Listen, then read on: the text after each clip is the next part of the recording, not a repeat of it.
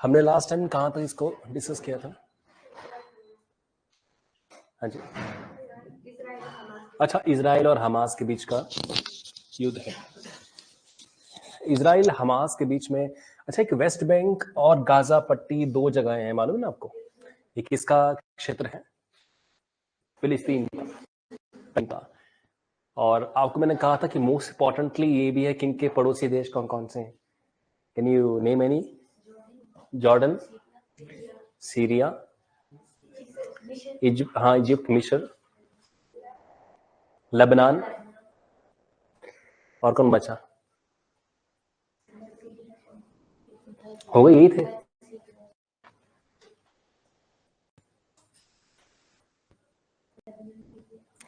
Lebanon, Syria हो गया, Egypt, Jordan हो गया, मिस्र हो गए, यही थे।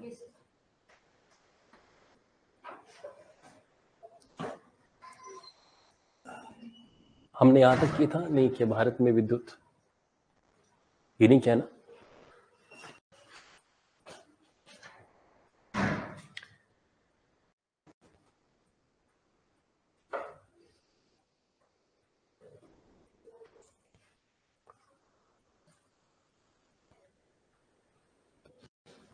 आई थिंक हंगर इंडेक्स को हम, अच्छा ये जो हुआ ना इजराइल और हमास के बीच में, एग्जैक्टली हम इस पेज पे थे ना।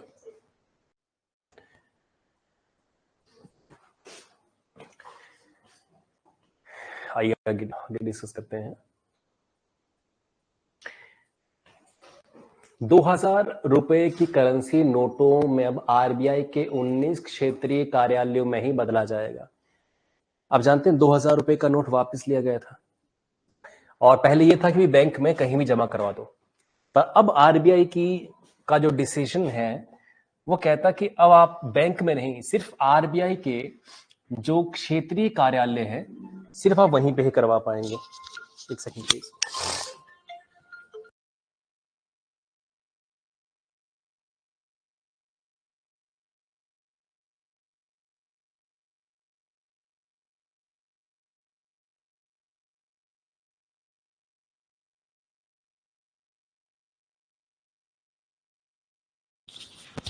तो व्हाट आई एम सेइंग कि 2000 रुपए का नोट आहिस्ता आहिस्ता वापस ले लिया गया। क्या गवर्नमेंट का पहले से ही प्लान था कि 2000 रुपए का नोट वापस लेना है? बिल्कुल हाँ, पहले से प्लान था। तो 2000 रुपए का नोट जारी ही क्यों किया फिर, जब उनको पहले से प्लान था कि वापस लेना है इसको? देखिए, अंडरस्टैंड कीजिए। अब आपने देखिए, स्वच्छ मुद्रा नीति, क्लीन नोट पॉलिसी की नीति होती है। इसके तहत है रिजर्व बैंक ऑफ इंडिया ने 2000 रुपए का करेंसी नोट जो वैध मुद्रा है, लीगल टेंडर मीन्स वैध मुद्रा, यदि अभी आपके पास 2000 रुपए का नोट है और आप उसको लेकर कहीं दुकान में जाते हैं, दुकानदार उसके लिए मना नहीं कर सकता उसको कि हम ये नोट नहीं लेंगे, है ये लीगल टेंडर, पर कहा ही जा रहा कि अब आप उसे जमा करवा दें। अगर लीगल टेंडर नहीं हो तो फिर उसमें लेन देन नहीं हो पाता है, ट्रू कि नहीं? अंडरस्टैंड कीजिए क्या है ये 2000 रुपए के नोट को वापस लेने की घोषणा 19 मई 2023 को की गई थी। ये आपका दूसरा पॉइंट हो गया। पहला पॉइंट क्या है कि स्वच्छ मुद्रा नीति, मतलब ये कि मुद्रा की नीति को अच्छा बनाए रखने के लिए कई बार हमारा रिजर्व बैंक ऑफ इंडिया कुछ मुद्राओं को वापस ले लेता है, क्योंकि सिस्टम थोड़ा सा गड़बड़ा चुका होता है, उसको ठीक करने के लिए। अब आपको इसके बाद कुछ ऐसा जानना नहीं है, इतनी इंपॉर्टेंट बातें नहीं है। इनके क्षेत्रीय कार्यालय अहमदाबाद, बेंगलुरु, बेलापुर, जी, भोपाल, भुवनेश्वर, ये भी नोट करने की जरूरत नहीं है। क्या आपने 2 पॉइंट नोट कर लिए कि नहीं कर रहे हैं? कर लिए आपने 2 पॉइंट, बस 2 पॉइंट कि किस दिन ये फैसला लिया गया कि ये फैसला 19 मई 2023 को लिया गया कि 2000 रुपए का नोट वापस लेना है। एक काम करता हूं, इसको थोड़ा और बड़ा कर देता हूं मैं। शायद आपको पीछे दिख ना रहा हो। अब आई थिंक अब ठीक है। इसके बाद हमने लिखना क्या है, नेक्स्ट पॉइंट हमारे पास क्या है कि जो 2000 रुपए की मुद्रा थी ना, करेंसी थी, उस 2000 रुपए की करेंसी में कितने रुपए का चलन था? तो 3.56 लाख करोड़ रुपए की जो भारतीय मुद्रा थी वो, हाँ जी, वो 2000 रुपए के नोट में थी। माने 2000 रुपए के नोट कितने वैल्यू के छपे हुए थे? उत्तर 3.56 लाख करोड़ की। ये आपका तीसरा पॉइंट है, तो लिखेगा इस चीज को कि the total value of 2000 rupee currency note was 3.56 lakh crore. 2000 रुपए के जो करेंसी के मुद्रा नोट थे उनके टोटल वैल्यू 3.56 लाख करोड़ थी, उनकी टोटल वैल्यू। क्या आप याद रखेंगे इसको यहां से? बस ये 3 पॉइंट। अब इसके बाद आपने नोट लगा लेना आगे, क्योंकि अब हमने इसको अलग से लिखना है। आप शायद जानते होंगे कि 2000 रुपए का नोट कब जारी किया गया था? नवंबर 2016 के अंदर। क्यों? क्योंकि उस नवंबर 2016 में 500 और 1000 रुपए के नोट को बंद कर दिया गया था। राइट और नॉट? तो जब 500 और 1000 रुपए के नोट को बंद किया गया तो एकदम कैश की कमी हो गई ना, हुई ना कैश की कमी। तो फिर एकदम कैश की कमी पूरी कैसे की जाएगी? तो उनका ये प्रपोजल था कि 2000 रुपए का नोट छाप दो ताकि लोगों को पैसे आए कैश में, है कि नहीं? भाई गवर्नमेंट का ऑलरेडी प्लान था कि हमें बड़े करेंसी के नोट कम छापने हैं। ऐसा क्यों है? जितनी ज्यादा बड़ी करेंसी के नोट होते हैं ना, उतनी बड़ी करप्शन होती है। जैसे मान लो अगर नोट हो ही 100 रुपए वाले और आपने किसी को 10,000 रुपए की रिश्वत देनी है, तो पूरा एक थैला भर जाएगा ना उसके अंदर। तो मतलब 10,000 रुपए का सिर्फ एक नोट हो तो ऐसे हाथ मिलाते ही 10,000 रुपए डील हो जाएंगे। राइट? तो ये जो बड़ी करेंसी के नोट होते हैं ये सोसाइटी में ठीक नहीं होते, because they increase corruption in the society. Corruption, bureaucracy में करप्शन, घूसखोरी बढ़ जाती है। सही कि नहीं है? तो 2000 रुपए जैसा नोट छापने की क्या जरूरत थी? क्योंकि 500 1000 रुपए के नोट बैन करने के बाद लोगों के पास कैश की कमी बहुत आ गई थी। शादी घर में आ रखी है, लेबर है, कोई मजदूर है, उनको पैसे देने के लिए कैश में पैसा ही नहीं है। तो फिर पैसे की सप्लाई को एकदम बढ़ाने के लिए, ताकि लोगों में जो पैसे की कमी आ गई ना, पैसा मतलब कैश, पैसा बैंक में तो बहुत था पर कैश के रूप में बड़ा कम था कैश में, तो तब 2000 रुपए का नोट छापा गया था। आप इस पर पढ़ सकते हैं कि ये जो है मुद्दा हटाने का निर्णय लिया गया था और ऐसे ऐसे ऐसे। एक काम करो, जो मैं कहता हूँ सिर्फ वही लिखो नोट में, लिखिए नोट के अंदर। इन नवंबर 2016, नवंबर 2016 के अंदर 500 और 1000 रुपए के नोट को अवैध करार दे दिया गया था। इन नवंबर 2016 the currency notes of 500 rupee and 1000 rupee were declared illegal। 500 और 1000 रुपए के मुद्राओं को या नोट को अवैध करार दे दिया गया था इस तारीख को। तो कोई बता सकता है सरकार ने ऐसा क्यों किया था? हाँ, ब्लैक मनी को कम करने के लिए। और ब्लैक मनी ज्यादातर किस मुद्राओं में होता होगा? 10 रुपए के नोट में कि बड़े नोट के अंदर? तो सवाल ये है कि फिर जब बड़े नोट को आप बैन कर रहे हो, फिर बड़ा नोट क्यों जारी कर रहे हो उसके बाद? सवाल है कि नहीं इस तरह से?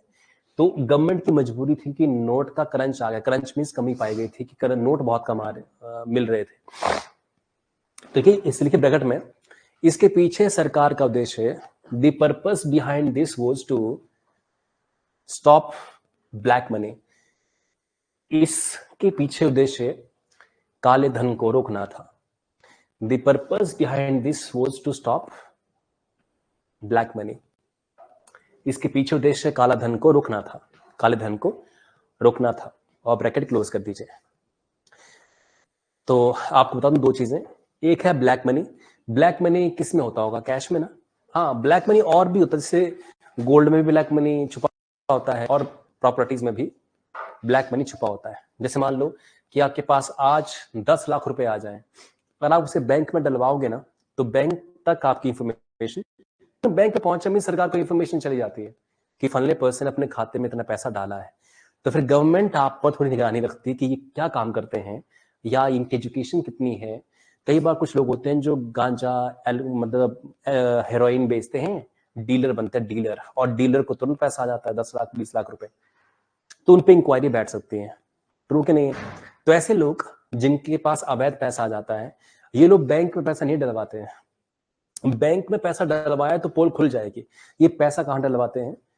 या प्रॉपर्टीज में या गोल्ड के अंदर। जैसे कहीं जाएंगे चंबा कांगड़ा, कहीं हमीरपुर में किसी गोल्ड के जो वेंडर है, सोनार है, उससे ले लेंगे ज्वेलरी कोई भी 5 लाख की 10 लाख की। आप जानते हैं वहां बिल तो बनते ही नहीं है, कच्चे बिल होते हैं। हाँ हेलो गले मिलके तो बिल बन जाते हैं वहां पर। तो आप 10 लाख का सोना ले आओगे, गवर्नमेंट को कानो कान खबर नहीं होगी ना। शोले मूवी के अंदर सुरंग बनने जा रही है, गवर्नमेंट को कानो कान खबर नहीं होने वाली, गवर्नमेंट जान ही नहीं पाएगी पैसा गया कहाँ इसका। और गोल्ड में अच्छी बात क्या होती है कि उसकी वैल्यू भी लगातार बढ़ती रहती है। तो बैंक में पैसा फिर क्यों डलवाए कोई इस केस के अंदर? इट मींस ज्यादातर ब्लैक मनी किन नोटों में होता है? बड़े नोटों के अंदर होता है। ये दूसरी बात है, कहीं भी आप करप्शन किसी को देने जाएंगे तो बड़े नोट ही वो लेना चाहेगा, छोटे नोट। कि छोटे नोट में दिखने के चांसेस है कि एक गड्डी होगी नोट की, तो कैसे छुपाएं, जेब में कहाँ डालेगा, चांसेस है, राइट। बट अगर देखो, मुझे लगता है कि करप्शन, जैसे आप गवर्नमेंट जॉब कर रहे हैं, करने जा रहे हैं, एंड क्या आप कभी करप्शन करेंगे? उत्तर है हाँ करेंगे। और आप जब करप्शन करेंगे तो आपको जो नोट चाहिए होंगे, वो चाहिए होंगे बड़े वाले नोट, जो बिल्कुल जैसे से यूं दबा के उंगली में और दांत के नीचे गुटके की तरह जो है आप छुपा लेंगे उसको। विच मीन जितना छोटा कोई करेंसी, जितना बड़ा कोई वैल्यू का नोट है, उसे छुपाने के चांसेस उतने ज्यादा है। सच में कह रहा हूं। अभी पंजाब में करप्शन का केस हुआ, कोई पता नहीं तहसीलदार कौन था, तो उसने 2000 रुपए के जो है नोट क्या बोलते लिए थे, कुछ 8 6 7 नोट थे, वो 2000 रुपए के 5 नोट थे। तो जैसे ही विजिलेंस आई रेड पर, की उनका प्लान था कि इसको पैसे देने और फिर पकड़ लेना है इसको। तो विजिलेंस बाहर से आता देखा, उसने विजिलेंस कार रखी, उसके ऊपर उसने वो जो नोट लिए थे किसी पर्सन से खा ली उसने। कहता लो कहाँ है पैसा? विजिलेंस वाले हक्के बक्के रह गए कि बंदा तो खतरनाक है। अगर यही 15 या जो भी 2000 रुपए के मान लो 10 नोट हैं, 5 नोट हैं, तो 10,000 रुपए है। यही 10,000 रुपए के रुपए वैल्यू अगर 100 नोट की होती ना, वो नहीं चबा पाता, उसको नहीं चबा पाता, पकड़ा जाता वो। इसलिए कोई भी घूस या करप्शन करना चाहता है, वो बड़े नोट चाहता है। तो बड़े नोट को गवर्नमेंट हटाना चाहती है। 2000 रुपए का नोट जारी करने का पर्पस क्या था? तब नोट की कमी पड़ गई थी सोसाइटी में, तो बड़ी करेंसी में जल्दी पैसा कैश में लोगों के पास पहुंचाना वो पर्पस था। कुछ टाइम बाद आप देखेंगे कि बड़े नोट सरकार वैसे बैन कर देगी। हाँ,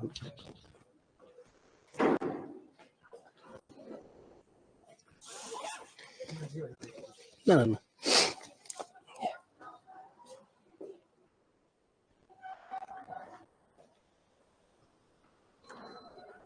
तो मैं कह रहा हूं कि थोड़े टाइम बाद करप्शन वैसे कम हो जाएगी, खत्म हो जाएगी। कैसे? क्योंकि गवर्नमेंट सिर्फ रखेगी 100-200 रुपए वाले नोट, इन 500 रुपए का नोट भी बंद हो जाएगा, क्योंकि सभी लोग ऑनलाइन पेमेंट करेंगे। कोई बाबू बोलेगा तहसीलदार एसडीएम की मुझे कैश, मुझे पैसा दो, करप्शन, तो ऑनलाइन दो, गूगल पे नंबर, तो फंस जाएगा वहां पे, है कि नहीं? कि सर कल मैंने से काम करवाया है ना, खतौनी निकलवाई और इनमें से पैसे मांग रहे थे, तो मैंने देखो ये इनको ट्रांसफर किया है 2000 रुपए गूगल पे से, रिकॉर्ड पूरा रहेगा, मिटा के देख, राइट। इट मीन्स दैट कि ऑनलाइन को घूस ली नहीं जाएगी। और बड़े नोट खत्म कर दिए गए, तो फिलहाल सरकार बड़े नोट एकदम से खत्म नहीं कर सकती है। फिलहाल सबसे बड़ा नोट कौन सा है? ये खत्म कर दे सरकार, तो फिर हमें लेन देन कैसे करने हैं? हम लोग आज भी कैश में से, मजदूर घर में लगा दिया आपने, उनको आप पेमेंट कैसे करते हैं? कैश में। घर में जो आपके सफाई करने वाली लेडी आती हो या कोई कुक आते हो, उनको पेमेंट किस में करनी होती है? क्योंकि वो नहीं यूज करना जानते गूगल पे और फोन पे। बट आज से 10 साल क्यों, 2 साल के बाद ये झाड़ू पोछा करने वाले हैं, ये भी गूगल पे चलाएंगे, सारे चलाएंगे ना, क्योंकि जो ग्रेजुएट हैं सारे झाड़ू पोछा करने वाले हैं आफ्टर सम टाइम। जो भी ग्रेजुएट है, क्षमता नहीं है ना, क्षमता नहीं है, तो उनको तो चलाने आता है गूगल पे, फोन पे। अभी जो झाड़ू पोछा कर रहे हैं वो कौन है? वो इलिटरेट सेक्शन है, जो भी मतलब जो भी कर रहे हैं। कल परसों यंग लोग जो कल परसों 2-3 साल बाद उस फील्ड में आएंगे, वो जानते हैं चलाना इसको। भाई आज की डेट में कोई टपरी पे भी लगा ना, फोन पे लगा हुआ है, आवाज आती है फिर वहां से, दुकानदारों के लिए अनपढ़ दुकानदार भी उसको लगा के बैठा हुआ है, क्योंकि उसको आवाज सुनाई देती है ना कि इतने रुपए रिसीव हुए। वो अकाउंट नहीं चेक करता कि पैसे आए कि नहीं आए। मगर कोई अगर झाड़ू पोछा करने वाले आपके पास आएंगे और कहे हमारे फलाने नंबर पे भेज दो, तो उन्हें कंफर्म करने में दिक्कत आती है कि नहीं? बट कल परसों कोई ऐसा फोन में फीचर आ जाए कि जब भी उनके अकाउंट में पैसा ट्रांसफर होगा, आवाज आए वहां से फोन से भी कि इनके द्वारा हाँ जी आपके खाते में इतना पैसा ट्रांसफर हुआ है। करप्शन खत्म होने वाली, गवर्नमेंट जॉब में कुछ नहीं रखा after certain time. You will realize that कि गवर्नमेंट जॉब में जो ज्यादा घूस और करप्शन और ब्लैक मनी सारा खत्म होने वाला है आज से 5-6 साल के बाद। So India is going to become like America in next 20-30 years. हमारा सिस्टम वैसे वैसा होने वाला है, क्योंकि हम ऑनलाइन को काफी प्रायोरिटी दे रहे हैं। 16 के इस टाइम पर ऑनलाइन सिस्टम था ही नहीं, प्रॉपर था ही नहीं सिस्टम ऑनलाइन का। और आज देखो 23 के अंदर, 7 साल के अंदर हर दुकान के अंदर टपरी में भी क्या हो रखा है, गूगल पे और फोन पे चल पड़ा है। कितनी बड़ी ये तरक्की हो गई है। तो लिखिए दूसरी लाइन इसके अंदर, 2000 रुपए के मुद्रा नोट को चलाने के पीछे द पर्पस बिहाइंड इशूइंग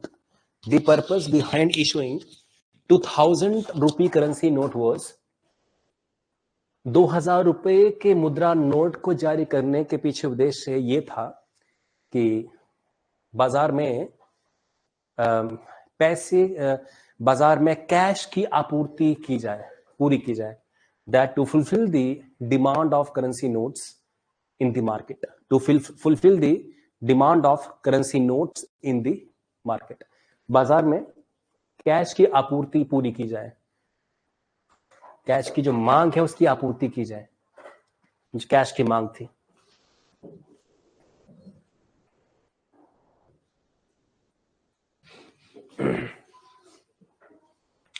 इसके बाद हमने सीधे क्या जानना है कि आप जानते हैं repo rate, reverse repo rate क्या होते हैं। तो ये अब आपने जानना है कि 2023-24 में प्रमुख बैंकिंग दरें, इसको आप हेडिंग में डाल दो, 2023-24 में प्रमुख बैंकिंग दरें, बैंकिंग के रेट्स। रेपो दर जानते हैं क्या होती है? रेपो दर मीन्स रेपो रेट अंग्रेजी में। रेपो दर आ जाओ यहां पे 6 अक्टूबर 2023, अगस्त सितंबर अक्टूबर, जून जुलाई अगस्त, हर 2 माही के बाद जो है वो रिपोर्ट जारी की जाती है। देखा आपने ये? Good morning. देखो यहां देखो जरा, फरवरी 2023, फिर अप्रैल, फिर मई, फिर जून, जुलाई और फिर अगस्त, अगस्त और फिर सितंबर और फिर अक्टूबर। हर 2 माही के गैप के बाद, हर 2 महीने के गैप के बाद रिजर्व बैंक ऑफ इंडिया कुछ बैंकिंग दरें जारी करता है, कुछ बैंकिंग दरें जारी करता है, जैसे repo rate, reverse repo rate, CRR, cash reserve ratio. कुछ याद आया? कुछ पढ़ाया था आपको मैंने थोड़ा टाइम पहले। फिलहाल आपने ये सारी चीजें पे अभी गौर नहीं करना है, आपने खाली ये लिख डालनी है, बस ये छाप देनी है आपने। जैसे इस समय पे लेटेस्ट, जो लेटेस्ट है, अब एग्जाम मान लो अगर अगले महीने आए तो आप इसको लिखेंगे, अगले 2 महीने बाद आए फिर ये भी चेंज हो जाएगा। तो ये तो चेंजिंग स्टेट है, right? This change always with the time.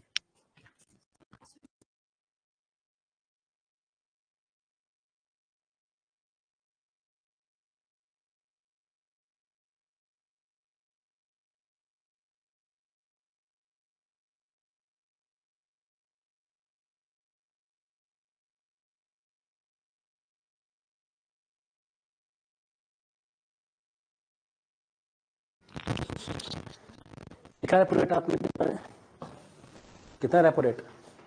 6.50। अच्छा रेपो रेट होता क्या है, कौन बताएगा? What is repo rate?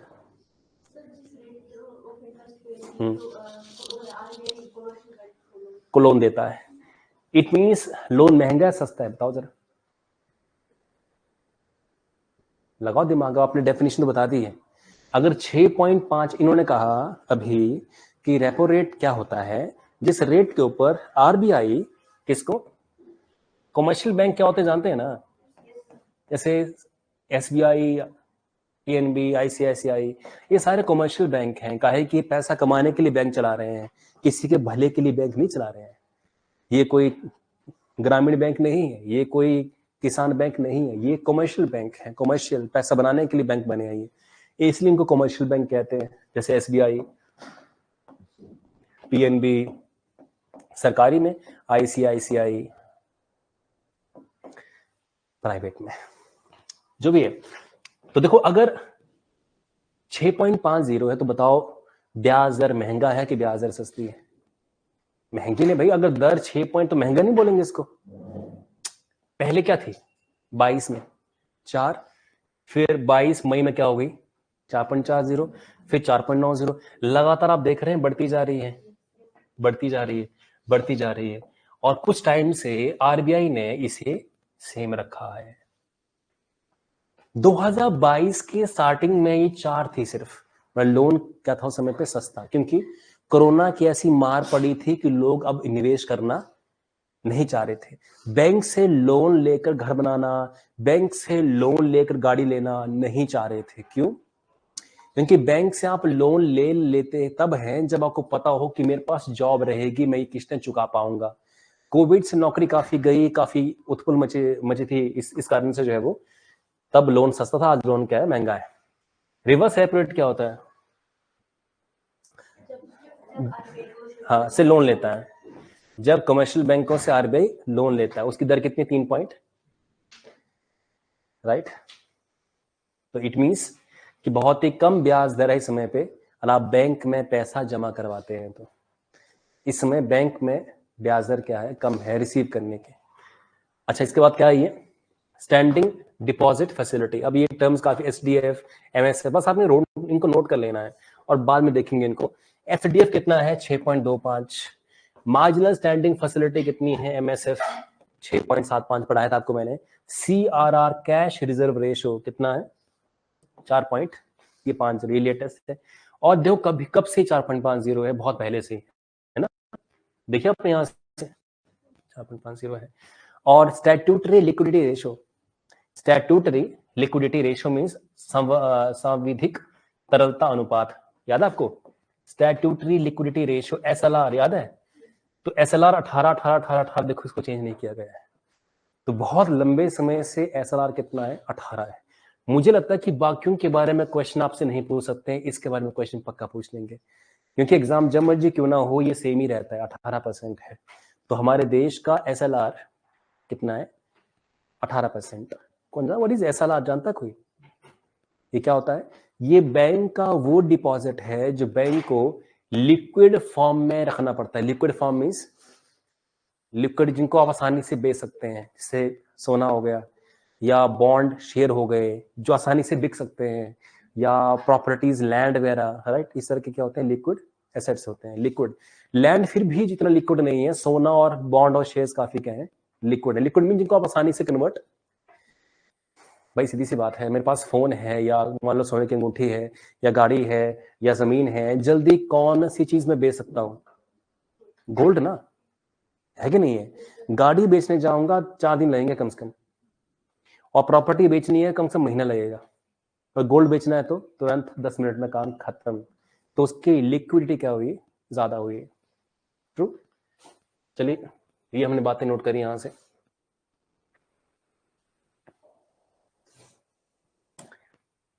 अब कृषि उत्पादन की बात करेंगे इसके अंदर, हॉर्टिकल्चर, एग्रीकल्चर। अच्छा, व्हाट इज हॉर्टिकल्चर? बागवानी क्या होती है?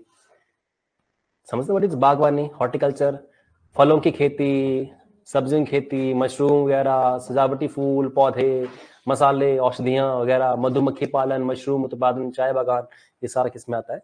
हॉर्टिकल्चर में। फिलहाल इसमें मत जाइए आप, कोई इसका काम हमारे पास नहीं है फिलहाल।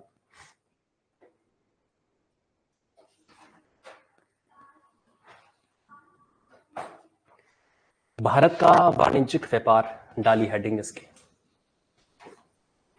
India's export and import. India का एक्सपोर्ट और इंपोर्ट, भारत का वाणिज्यिक व्यापार अरब डॉलर में, इंपोर्ट, इंपोर्ट और एक्सपोर्ट। भारत का वाणिज्यिक व्यापार सितंबर 2023 में थोड़ा गाढ़े रंग के अंदर है, और सितंबर 2022 में पिछले साल का थोड़ा सा कम गाढ़े रंग में है। एग्जाम में पक्का आ सकता है, स्पेशली बैंकिंग और ये सीएससी पॉइंट ऑफ व्यू। बताइए, निर्यात हमारा बढ़ा है कम हुआ है? नेगेटिव मीन्स कम हुआ ना, और आयात ये भी क्या हुआ है? कम हो, दोनों कम हुए हैं, आयात भी और निर्यात पे। आयात कितना कम हुआ? -15.0, और निर्यात कितना कम हुआ? -2.60%, या फिर दोनों नोट कर लेने आपने, और फिर हम इनकी पूरी नेट वैल्यू भी लिखेंगे, और व्यापार में अंतर कितना है, आयात निर्यात के व्यापार का अंतर कितना है, लिखिए आप इसके अंदर।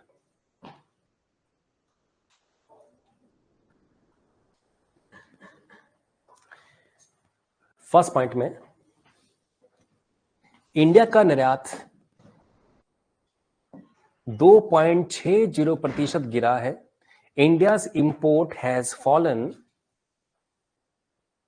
बाय 2.60%। इंडिया का निर्यात 2.60% गिरा है, और आयात and import has fallen bye 15.04%, और आयात 15.04% गिरा है। ये और टेबल छोड़िए, आपको कंफ्यूज करेगा। दो ही बातें आपने यहां पे लिखनी है। इसका मेन जो बात है आपकी इधर है।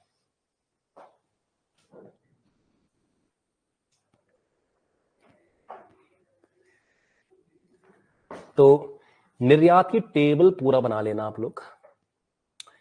जो निर्यात है ये अरब डॉलर में सारा, बिलियन डॉलर समझते ना, बिलियन डॉलर। एक बिलियन में कितने करोड़ होते हैं? 100 करोड़, राइट। और एक अरब में कितने करोड़ होते हैं? 100 करोड़। जैसे भारत की पॉपुलेशन है 1.42 बिलियन या 1.42 अरब, एक ही बात है। नाउ देखिए, जो अप्रैल या सितंबर जो भी महीना है, हमारा निर्यात कितना था पहले? 231 पॉइंट। निर्यात मीन्स जो हम लोग एक्सपोर्ट कर रहे होते हैं, वो कितना पहुंच गया इस साल? 211.40 अरब डॉलर के ऊपर। ये आंकड़े बड़े इंपॉर्टेंट चीज है। तो गिरावट कितनी क्या आई? -8.77%। मैंने गिरा है ना ये। आयात मीन्स इंपोर्ट 372.56 था, अब 326.98 हुआ है। कितना गिरा? ये 12.23 गिरा है, 0.23 गिरा है परसेंटेज में।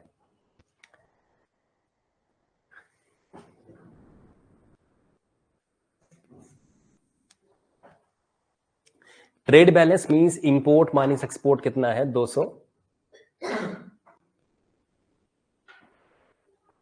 140 है, और अब 115 है। ट्रेड बैलेंस समझते हो ना? ट्रेड बैलेंस का मतलब ये होता है कि हमारा जो एक्सपोर्ट है वो कितना ज्यादा है इंपोर्ट से। तो इस समय हमारा जो एक्सपोर्ट है, सॉरी, जो इंपोर्ट है वो एक्सपोर्ट से 115.58 अरब डॉलर ज्यादा है। हम ज्यादा करते हैं इंपोर्ट और कम करते हैं एक्सपोर्ट। इस बात को याद रखिए आप। इसी कारण से भारत का रुपया भी गिरता है, क्योंकि हम आयात ज्यादा करते हैं, निर्यात कम करते हैं। आगे बढ़े यहां से।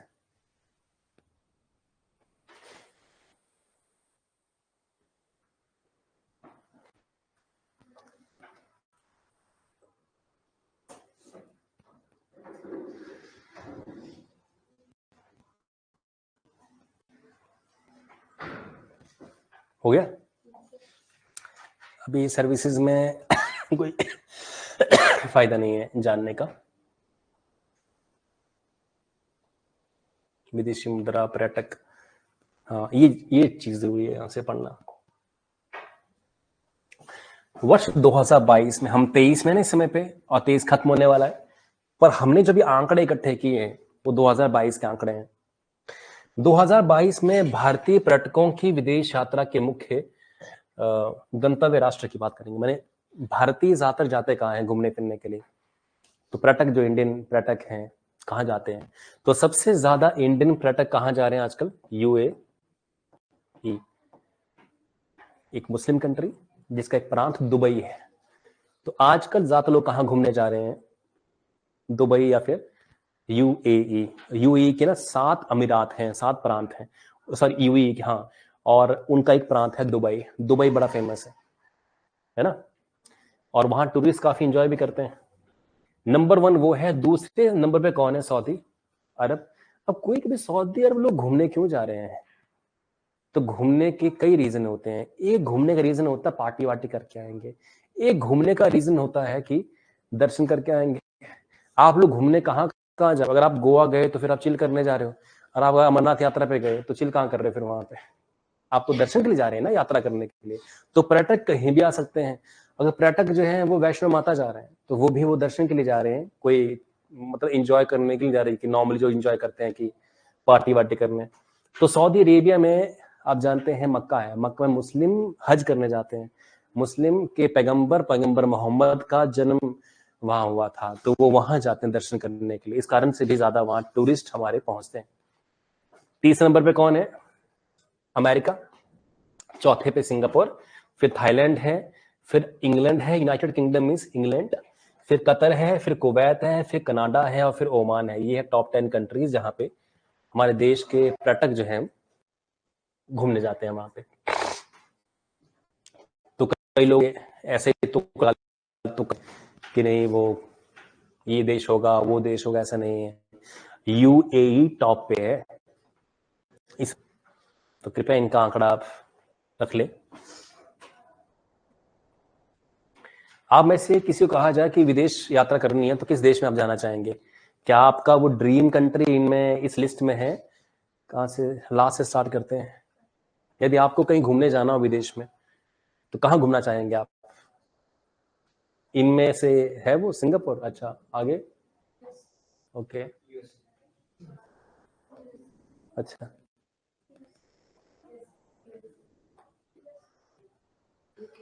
ओके, फिर भी कोई एक नाम?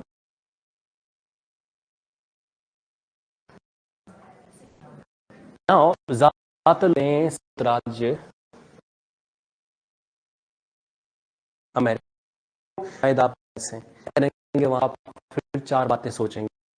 वीजा कितना है, वहां अंदर की फैसिलिटीज कैसे मिलती हैं, वहां पे और भी बहुत सारी चीजें, रुकना कितना सस्ता कितना महंगा है, कि पुलिस किस तरीके से टूरिस्ट के साथ बिहेव करती है, इत्यादि इत्यादि। तो सारी चीजें याद रखो फिर आप वहां जाते हैं। मगर आंकड़े सिर्फ 16 लाख के आसपास लोग जा रहे हैं उधर, और 58 लाख के आसपास लोग कहाँ जा रहे हैं? क्योंकि घूमने के लिए बहुत बढ़िया वहाँ की जो मतलब जो शान है दुबई शहर। आपने कभी बुर्ज खलीफा, आजकल लोग काफी घूमने जा रहे हैं वहां पर, और बहुत इन्वेस्ट कर रहे हैं वहां के लोग। लगता नहीं कि मुस्लिम कंट्री में रहने आए हैं। बड़े फ्री और बड़े लिबरल लोग हैं ये मुस्लिम। आपको यूएई में आतंकवाद नहीं मिलेगा, आतंकवाद आपको मिलेगा पाकिस्तान के अंदर या इन देशों में। ये लोग बड़े लिबरल हैं, ट्रू और नॉट? उन देशों में कोई ऐसा उतना नहीं है, ये लिबरल है। और इनका ये मानना है कि जो भी आपके यहाँ शाम को कोई आदमी अगर आ जाए ना यहाँ पर, तो ये लोग मानते हैं कि उसको गैस उसको। ओमान हो गया और यूएई हो गया, वहां का रिवाज क्या है कि कोई भी शाम को अजनबी आपके यहाँ पहुंच जाए तो उसे फरिश्ता मानते हैं वो, राइट? तो उसकी बहुत सेवा करें कि इसको अल्लाह ने भेजा है, आराम से खाना वाना खिलाते हैं। तो मैं सोचता हूँ कि ऐसा, ये तो हमारे इंडियन तो शाम को वहां पहुंच जाएंगे, होटल क्यों बुक करवाना है, राइट? पता नहीं क्या है, मगर ये मैंने यूट्यूब पे सुना। अब रियलिटी में क्या है वो तो वही जानते हैं लोग, पर इनके यहाँ एक कल्चर है ऐसा वाला कि ऐसे रिसीव करते हैं लोगों को। ये ऊपर क्या था, बांग्लादेश वगैरह चेक। अच्छा, इंडिया में सबसे ज्यादा पर्यटक कहां से आ रहे हैं ये भी लिख लो आप। इंडिया में सबसे ज्यादा पर्यटक, मैंने विदेशी पर्यटक इंडिया में कौन आते हैं सबसे ज्यादा? अमेरिकन आते हैं इंडिया में। अमेरिका वाले सबसे ज्यादा भारत में घूमने आते हैं। फिर कौन आते हैं? बांग्लादेश वाले। ये करने आते हैं यहाँ पर, बगल में। इंडिया में क्या घूमना है इन्होंने, राइट? मगर ट्रेड के चक्कर में, शायद बिजनेस के चक्कर में, क्योंकि इंडिया और बांग्लादेश के बीच में रिश्ते काफी अच्छे हैं, तो चक्कर में आते होंगे। फिर यूके वाले भी काफी आते हैं। नंबर 3 पे यूके है, फिर ऑस्ट्रेलिया है, फिर कनाडा है, फिर श्रीलंका है, फिर नेपाल है, जर्मनी है, सिंगापुर है, मलेशिया। ये 10 राष्ट्र हैं। 10 के 10 नाम लिख लीजिए, मगर काम सिर्फ पहला या दूसरा या तीसरा ही आना है कि टॉप 3 कंट्रीज कौन सी हैं। या कई बार टफ क्वेश्चन आता है, फिर बोलते हैं कि इनको बढ़ते क्रम में लिखो, तो फिर टॉप 5 आपको पता होने चाहिए। बढ़ते क्रम में पहले अमेरिका, फिर बांग्लादेश, फिर यूके, ऑस्ट्रेलिया, फिर कनाडा, एटलीस्ट 5 का रट्टा आपको मारना पड़ेगा। कई बार ऐसे भी क्वेश्चन आ जाते हैं।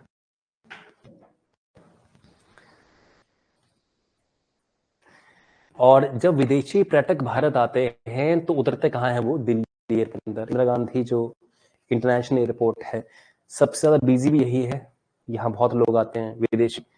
फिर मुंबई वाले पे सिर्फ 9 लाख हैं और हरदासपुर लैंड चेकपोर्ट पे 5 ही है। हो गए नोट, हो गए सारे।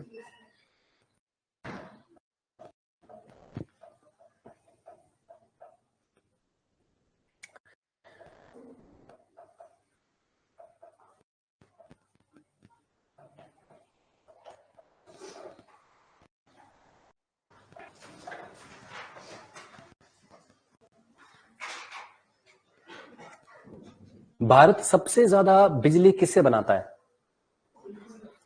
कोयला से। कितनी? लगभग 23 में ये कोई 49.1 रह गया है ना? 49.1 इससे बनाता है। मगर छोड़ो, आपके काम में नहीं आने वाला, बस आप रट्टा मान लेना कि इंडिया सबसे ज्यादा बिजली किससे बनाता है? कोयले से। एग्जाम में ये चीज नहीं आने वाली है यहाँ से, तो why to waste time here, हमें यहाँ समय क्यों व्यर्थ करें। नोबेल प्राइज विनर का एग्जाम में क्वेश्चन पक्का आएगा। जो नोबेल प्राइज विनर हैं, नोबेल प्राइज, इनके बारे में काफी डिटेलिंग से कहा गया है। ये कुछ चेहरे हैं, है ना? तो मैं नहीं चाहूंगा कि हम लोग इनका लिखें कि अभी तक भौतिक में, मैंने फिजिक्स में किन को मिल चुका है। तो बड़ी लंबी लिस्ट है, हमारे काम की नहीं है ये। मैडम क्यूरी को मिला, इसको मिला, उसको मिला, इसमें हमें नहीं जाना है। हमें सिर्फ लास्ट के इस पॉइंट को यहाँ देखना है। हाल ही में नोबेल शांति पुरस्कार विजेता, इनका नाम लिख लेंगे। और एक काम करते हैं अर्थशास्त्र, एक काम करते पहले, ये तो कहाँ गया पेज वो वाला, इसमें बड़ा शॉर्ट में इनको निपटाया हुआ था। अच्छा, ये वाला नोबेल पुरस्कार 2023, इसको लिखो, बाकी छांट के लिखते हैं। 2023 में शांति का पुरस्कार किसे मिला? नरगिस मोहम्मदी को, जो ईरान के हैं। एग्जाम में आ सकता है कि नरगिस मोहम्मदी एक नाम चर्चा में रहा, खबरों में ना रहा। ये किस बात के लिए मशहूर हुए? क्योंकि इनको नोबेल पीस प्राइज मिला, नोबेल शांति पुरस्कार। शांति माने, और आप पीस के लिए दुनिया में काम करते हैं और खतरे से डरते नहीं है, यू टेक रिस्क, तो उन्हें शांति का नोबेल पुरस्कार मिलता है। साहित्य में किसको मिला? जॉन फॉस्को, जो नॉर्वे के हैं। रसायन विज्ञान में मोंगी जी, बावेंडी, लुइस ई ब्रूस, और इनके नाम याद रखना भी चैलेंज है। भौतिक विज्ञान पियरे एगोस्टिनी, अमेरिका के। फ्रैंक क्राज, जर्मनी के। ये नाम बड़े चैलेंजिंग नाम है। चिकित्सा फिजियोलॉजी में कैटालिन कारिको और ड्रू बिजमिन, दोनों को अमेरिका से ही है। अर्थशास्त्र में क्लाउडिया गोल्डिन को मिला, जो अमेरिका से है। अगेन आप देख सकते हैं कि नोबेल प्राइजेस के अंदर भी अमेरिका का बोलबाला है। अमेरिका, ये अमेरिका है, ये अमेरिका है, इधर अमेरिका है, राइट? तो अमेरिका छाया हुआ है। कारण ये भी कि वो लोगों पे काफी इन्वेस्ट करते हैं, एजुकेशन पे काफी इन्वेस्ट करते हैं ये लोग।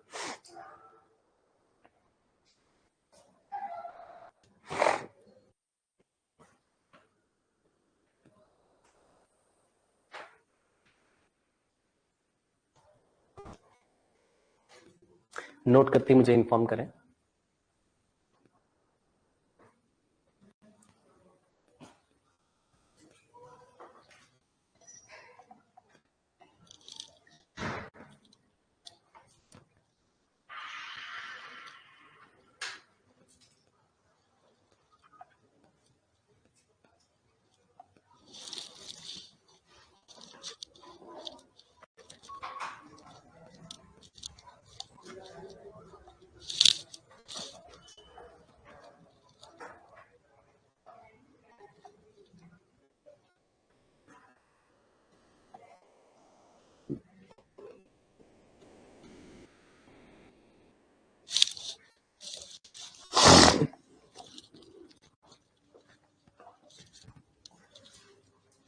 हो गया जी, जल्दी देखिए।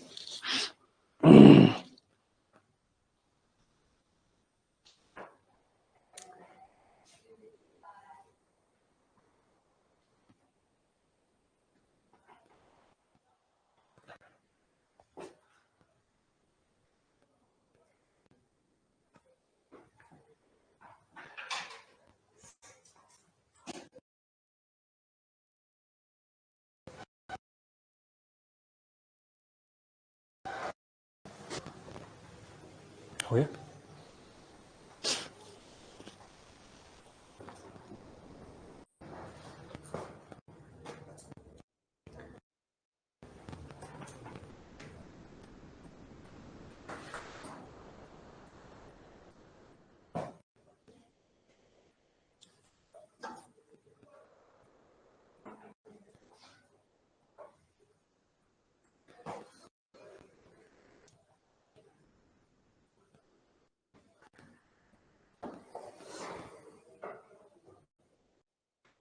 आप जानते हैं बाकी सारे पुरस्कार दिए जाते हैं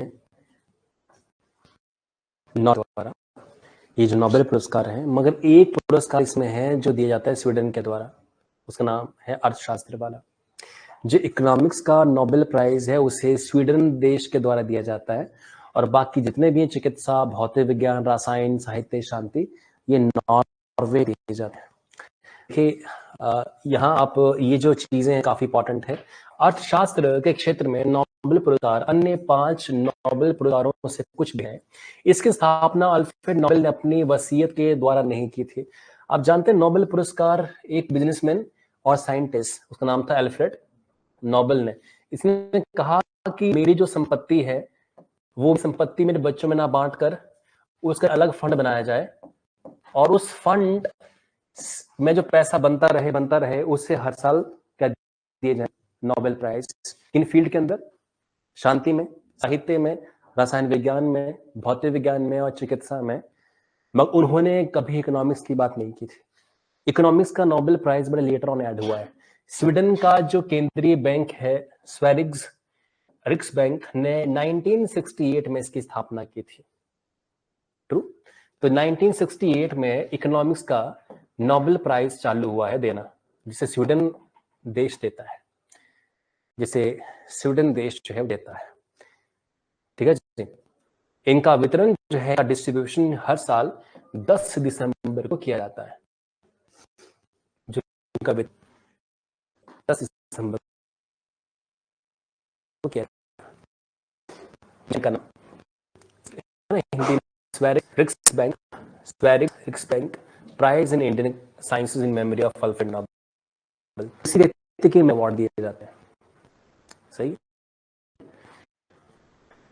शांति पुरस्कार देखा जाए व्यक्ति को था 2014 कैलाश सत्यार्थी, राइट, और उनके साथ ही मौलाना यूसुफजई पाकिस्तान इकट्ठे मिला था। अब इसमें और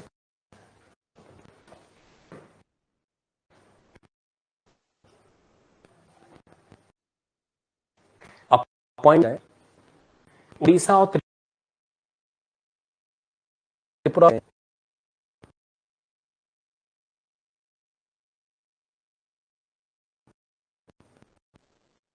उड़ के लिए नए जो पार्लियामेंट्री रहे 19 तक, जो रघुवीर दास उड़ीसा नियुक्त कर दिए लाल को।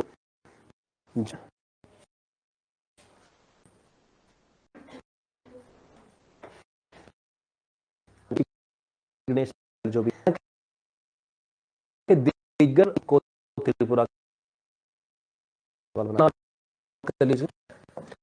कि उड़ीसा और त्रिपुरा को राज्यपाल मिले हैं। कौन का नाम उड़ीसा है, और तो ये इंद्र सेना रेड्डी हैं नल्लू, आया है त्रिपुरा का, क्या नाम रख ले।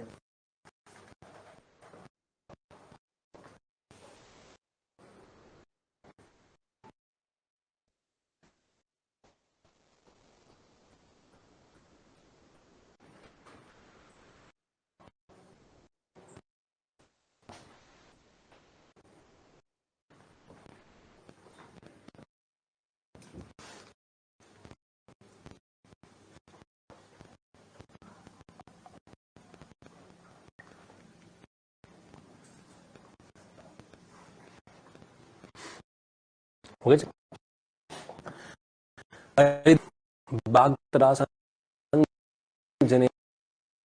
निधि एक नाम लिख लो, अरिदम बागची। इसको बोलते हैं permanent representative in the United nation, permanent representative in the United nation. तो स्थायी जो प्रतिनिधित्व करते हैं भारत का, ये उनका नाम है। तो एग्जाम में आ सकता है कि अरिंदम बागची एक नाम चर्चा में रहा, ये क्या बने हैं या क्या है, इनके बारे में क्वेश्चन बन सकता है।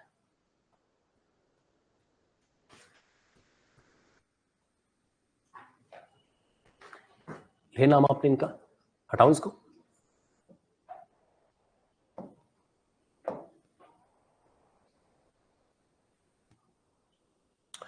बुक्स के बारे में भी क्वेश्चन बन सकता है। सत्यजीत रे लाइफ टाइम अचीवमेंट पुरस्कार, लिख लो इसको भी, ऐसा एग्जाम में आ जाए। सत्यजीत रे लाइफ टाइम अचीवमेंट पुरस्कार 2023, तो सिनेमा क्षेत्र में बहुत बड़ा पुरस्कार जो भी है। तो हॉलीवुड के जाने माने अभिनेता और निर्माता माइकल डगलस को यह अवार्ड मिला है। माइकल डगलस को, इनका भी नाम लिख लो। माइकल डगलस को यह अवार्ड मिला है।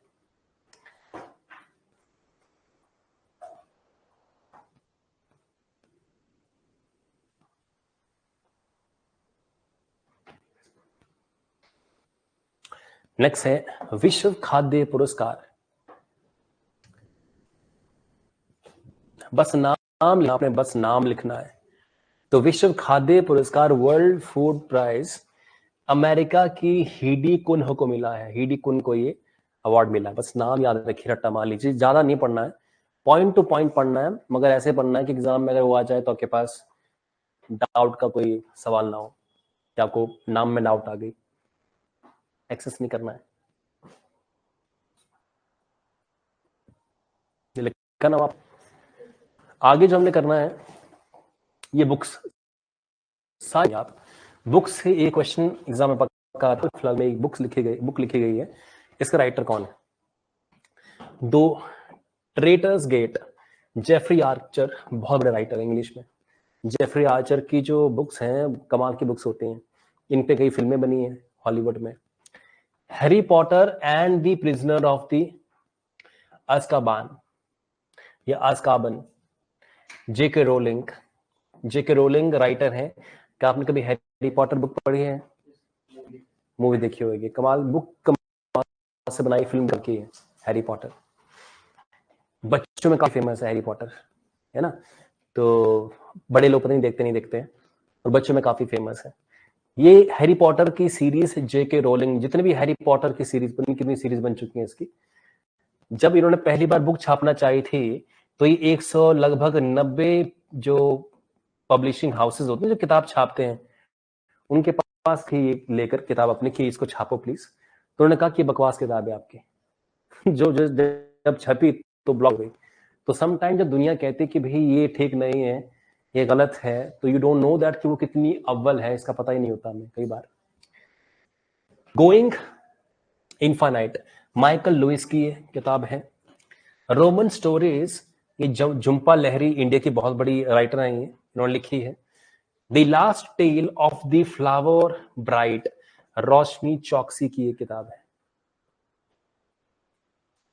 तो इसे प्लीज जरा ठीक से लिखें।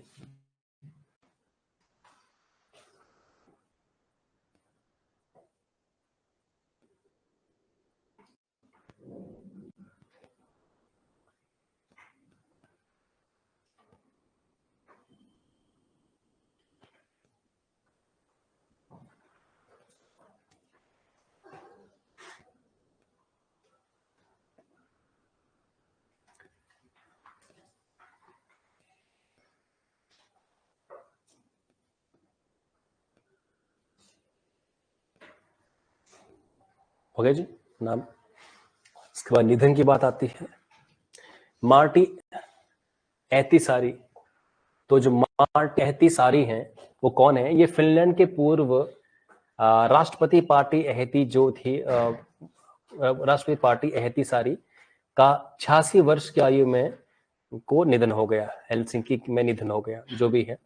तो फिनलैंड के पूर्व राष्ट्रपति थे, इनका ऐसे लिख लो शॉर्ट में कि मार्टी एहतिसारी, जिनकी हाल में डेथ हुई, फिनलैंड के पूर्व राष्ट्रपति थे। और इनका नाम इतना इंपॉर्टेंट क्यों है? क्योंकि इनको 2008 में नोबेल पीस प्राइज भी मिल चुका है। इस कारण से इतनी बड़ी हस्ती है, जबकि फिनलैंड का कोई राष्ट्रपति की मौत होना हमारे लिए कहाँ इंपॉर्टेंट है? इंपॉर्टेंट है बिकॉज ऑफ इन्हें इनके अच्छे कार्यों के लिए नोबेल पीस प्राइज भी मिल चुका है। मनोहर सिंह गिल की बात करेंगे इसके बाद। एक बार ये चीफ इलेक्शन कमीशन रह चुके हैं भारत के और बहुत ही बड़े सम्माननीय ब्यूरोक्रेट। चीफ इलेक्शन कमीशन, इसे बोलते हैं मुख्य चुनाव आयुक्त। मनोहर सिंह गिल की मौत हुई है। तो मनोहर सिंह गिल जिनका हाल ही में देहांत हुआ, वो भारत के पूर्व चुनाव आयुक्त, मुख्य चुनाव आयुक्त मीन्स चीफ इलेक्शन कमिश्नर रह चुके हैं। शॉर्ट में बातें निपटाइए। हटाऊं से?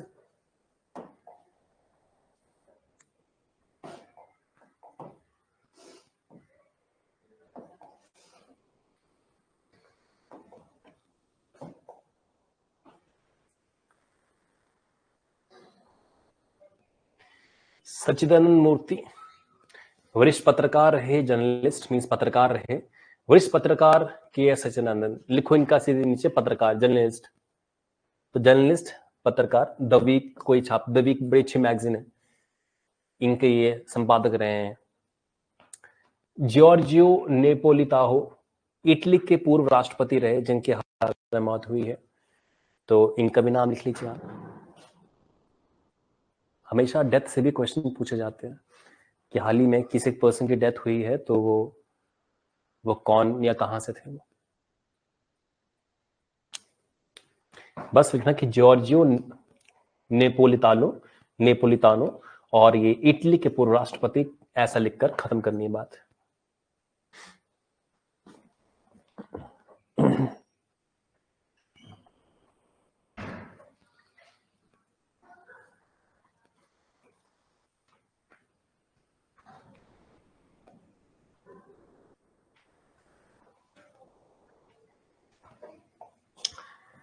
बिशन सिंह बेदी, महान क्रिकेटर बिशन सिंह बेदी की मौत हुई। तो इनका फील्ड किसके साथ है, इनका कनेक्शन किस फील्ड के साथ है? क्रिकेट। क्रिकेट के साथ इनका जो है वो संबंध था। लिखो ब्रैकेट में क्रिकेटर, बिशन सिंह बेदी महान क्रिकेटर जिनकी हाल ही में मौत हो गई। बॉबी चार्लटन, ये महान फुटबॉलर हैं, महानतम फुटबॉलरों में गिने जाने वाले बॉबी चार्लटन। एग्जाम में कई बार ऐसे भी आता है कि बॉबी चार्लटन किस स्पोर्ट के साथ बिलोंग करते हैं। तो फुटबॉलर, फुटबॉल, ऐसे क्वेश्चन सिंगल लाइनर होते हैं पर एग्जाम में काफी दिक्कत पैदा करते हैं हमें, और यही 1 और 2 क्वेश्चंस हमें ऊपर ले आते हैं कट ऑफ से। हो गया यहां तक? ली कैक्यांग, ये चीन के पूर्व प्रधानमंत्री हैं जिनका हाल फिलहाल जिनकी मौत हुई हाल फिलहाल, ली कैक्यांग की। चीन के पूर्व प्रधानमंत्री जिनकी हाल फिलहाल में मौत हुई।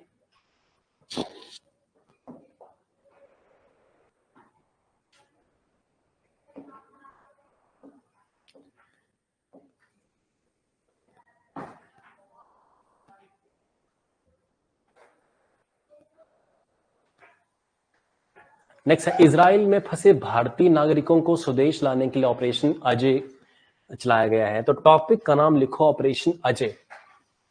ये लिखो टॉपिक का नाम ऑपरेशन अजय, और फिर उसके नीचे लिखना आपने कि एक ऑपरेशन है जो इजराइल में फंसे भारतीयों को वापस लाने के लिए किया गया है। जो इजराइल में फंसे भारतीयों को वापस लाने के लिए किया गया है। जो इजराइल में फंसे भारतीयों को वापस लाने के लिए किया गया है।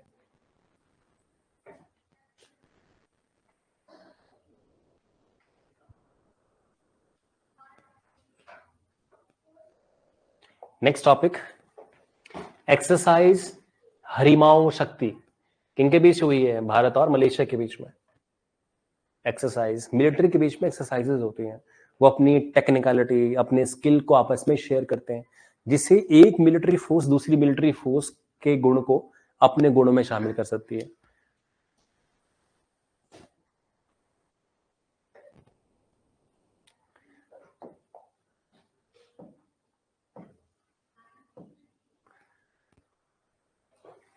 नेक्स्ट है संप्रीति। संप्रीति ये अभ्यास इनके बीच में हुआ है, भारत और बांग्लादेश के बीच में। ऑपरेशन, सॉरी नॉट ऑपरेशन, सेनाभ्यास संप्रीति। संप्रीति तो सेनाभ्यास संप्रीति किनके बीच हुआ? भारत और बांग्लादेश के बीच में हुआ है। तो संप्रीति को भी आप छाप लो यहां से। हो गया, आगे बढ़े। हो गया ना। क्रिकेट में अमोल मजूमदार भारत की महिला टीम के प्रमुख कोच बनाए गए। लिख लो इसको भी, दिन खराब हुआ तो इसका नाम पूछ ले। अमोल मजूमदार भारत की महिला टीम के मुख्य कोच। अमोल मजूमदार। सवाल है कि ये खुद ये है, रहा क्या बंदा ये। घरेलू क्रिकेट में धुरंधर बल्लेबाज रहे हैं, मगर ये कोई इंटरनेशनल क्रिकेट नहीं इन्होंने खेला है।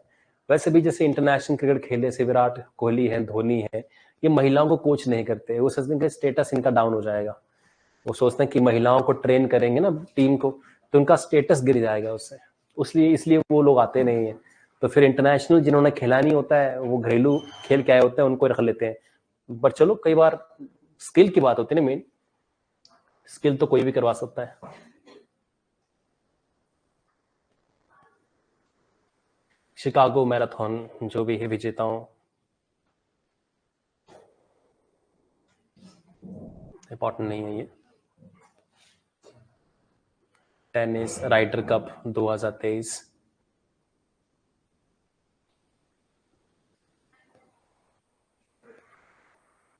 लिख लो राइडर कप, क्योंकि गोल्फ का ये राइडर कप है। और ऐसे पूछ लेते हैं जैसे कि दिलीप ट्रॉफी किसके लिए होती है, क्रिकेट के लिए, हॉकी के लिए, वैसे वैसे भी आ सकता है कि राइडर कप जो है वो कौन से स्पोर्ट्स का कप है। तो ये है गोल्फ का राइडर कप। गोल्फ देखा, गोल्फ खेलते हो अपने लोगों को? कहाँ देखा? ठीक, फिर ठीक है। तो राइडर कप जो है वो, और इसमें इटली के रोम में हुआ है। नेक्स्ट है चीन ओपन टेनिस का टूर्नामेंट होता है। जो चीन ओपन है वो टेनिस का टूर्नामेंट है। इटली उसको जीत गई है। चीन ओपन, ज्यादातर ओपन वाले टूर्नामेंट है, चीन open, US open, right, Australian open, ये सारे ओपन वाले किसके हैं? फुटबॉल के हैं, टेनिस के, सॉरी टेनिस के। टेनिस के बहुत बढ़िया प्लेयर के नाम आपको याद है? कौन से? इंडिया से बाहर, जैसे कि हाँ, इंडिया से बाहर मार्क जोकोविच, राइट, और राफेल नडाल, ये बड़े बड़े प्लेयर हैं जो टेनिस के हैं। तो इन प्लेयर्स की भी नॉलेज होनी चाहिए। फॉर्मूला 1 कार जानते हैं कैसे होती है? कैसे होती है? रेसिंग कार होती है।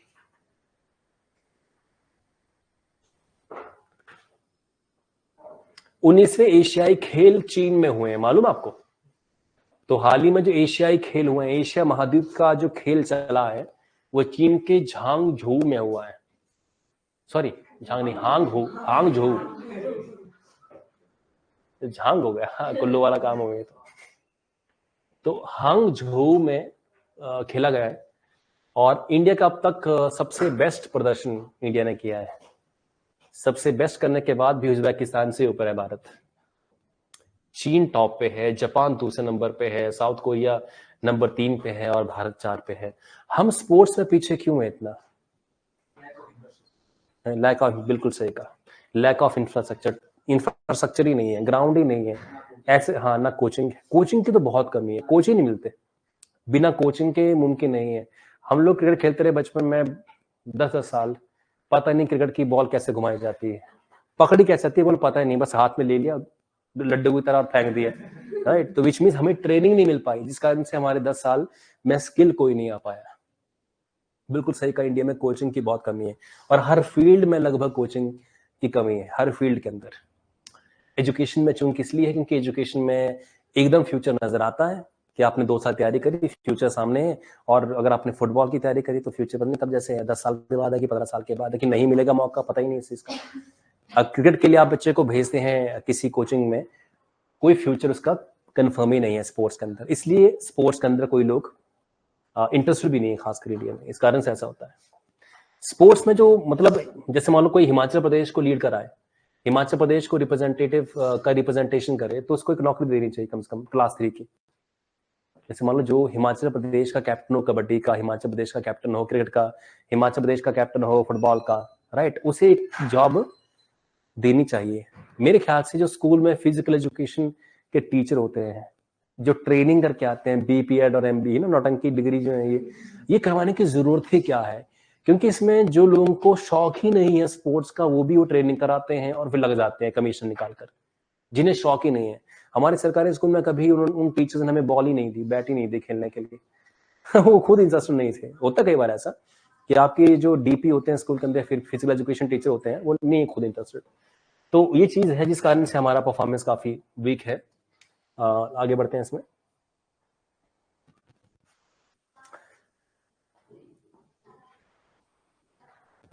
ये तो वैकेंसीज वगैरह बता दी, राजस्थान सहकारी बैंक में वैकेंसी निकली है, वो काम की नहीं है।